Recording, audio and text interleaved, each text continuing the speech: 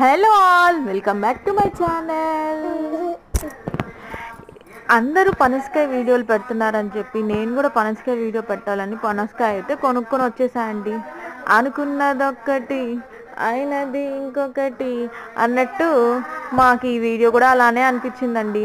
మీరు ఈ వీడియో మొత్తం స్కిప్ చేయకుండా చూసిన తర్వాత మీకు కూడా అనుకున్నదొకటి అయినదొకటి అయిందా? అలాగే ఇలాంటి అనుభవం మీకైతే కనుక నాకు కామెంట్ చేయండి. అయితే పనసకాయని ఎలా కట్ చేయాలా ఏంటా అనేది ప్రికాషన్స్ మొత్తం 4-5 వీడియోస్ అయితే చూసేసానండి. అలా చూసిన తర్వాత సర్లే నేను మా అత్తయ్య గారు కూర్చుని కష్టపడి ఎలా అయినా సరే దాన్ని కట్ చేసి తినాలి అని ఫిక్స్ అయిపోయాం అనమాట. అయితే దానికోసం అని చెప్పి చక్కగా నీట్గా దాన్ని కట్ చేయడం కోసం దాని కింద పట్టేసుకొని పట్ట మీద కాయ పెట్టుకొని 2 చాకులు అయితే తీసుకున్నాం అనమాట. ఒక నైఫ్తో తెగపోతే ఇంకో నైఫ్తో కట్ చేద్దామని చెప్పి అది కొంచెం తెగిన తర్వాత చేతికి కొంచెం బంకగా అంటుతున్నట్టుంది. నార్మల్గా ఇది ముందుగానే చేతికి ఆయిల్ రాసుకొని కట్ చేస్తే చేయి జారుతుందేమో అన్న ఉద్దేశంతో ముందుగా ఆయిల్ రాసుకోకుండా నైఫ్తో అయితే పైన ఉన్న పొర వరకు కట్ చేసాము. తర్వాత లోపలి పొరకు వచ్చేసరికి కొంచెం జిడ్డుగా అనిపించే చేతిలో.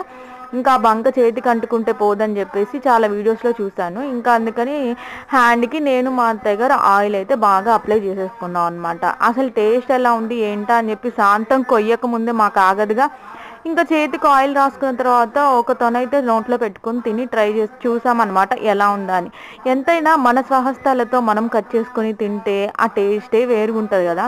సరే అని చెప్పి ఒకటి తీసుకుని తిని చూసాం అనమాట. టేస్ట్ ఎలా ఉంది బాగాలేదా అని అడుగుతున్నా మా అత్తయ్య గారిని నేను. సరే నేను కూడా టేస్ట్ చేసి చూద్దాం అని చెప్పి చూస్తే పర్లేదు బాగానే ఉంది, కాకపోతే బాగా పండిపోయింది అనిపించిందండి. కానీ కాయ పండిపోయినా పర్లేదులే టేస్ట్ బాగుంటే చాలని చెప్పేసి ఓపెన్ చేసాము.